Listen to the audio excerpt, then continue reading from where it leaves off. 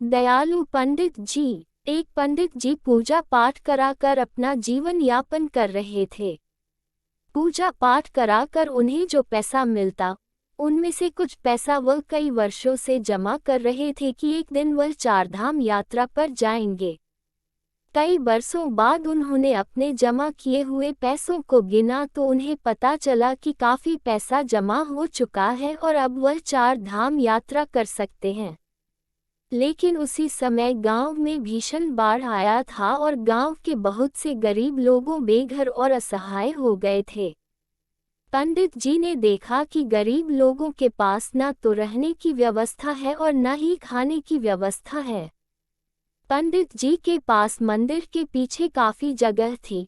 उन्होंने अपने पास जमा सारे पैसे उन बेसहारा हो चुके गरीब लोगों की सेवा में लगा दिए और उन्हें रहने का स्थान दिया तथा 2 समय के खाने की व्यवस्था की।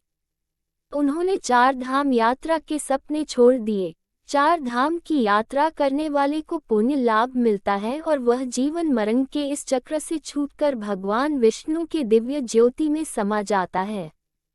लेकिन पंडित जी ने तीर्थ यात्रा को न चुनकर गरीब लोगों की सहायता करने का फैसला लिया था। उनकी मृत्यु हो जाने के बाद जब देवदूत उनकी आत्मा को इस लोक से दूसरे लोक ले जा रहे थे, तो उन्हें संदेह था कि पंडित जी को किस लोक भेजा जाए। क्योंकि देवदूतों के पास जो कर्म लेख था, उसमें पंडित जी की तीर्थ यात्रा का वर्णन नहीं था। इसलिए वो पंडित जी की आत्मा को बैकुंठ नहीं ले गए और अपनी शंका का समाधान हेतु यमराज के पास गए और उनसे पूछा कि भगवान पंडित जी को किस लोक भेजा जाए। इन्होंने तो चारधाम की यात्रा नहीं की है। देवदूतों की समस्या जानकर धनराज ने देवदूतों से कहा कि लोग चारधाम की यात्रा अपने पाप को नष्ट करने के लिए करते हैं और जन्म मरण के चक्र से बचने के लिए करते हैं। इतने महत्वपूर्ण इस यात्रा को न करने का फैसला कर पंडित ने लोगों की सेवा करने का फैसला लिया और यह गुण किसी सच्चरित्र और निष्पाप आत्मा वाला व्यक्ति ही कर सकता है।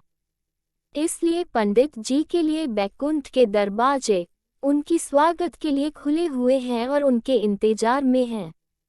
इसलिए पंडित जी का सही स्थान बैकुंठ ही है।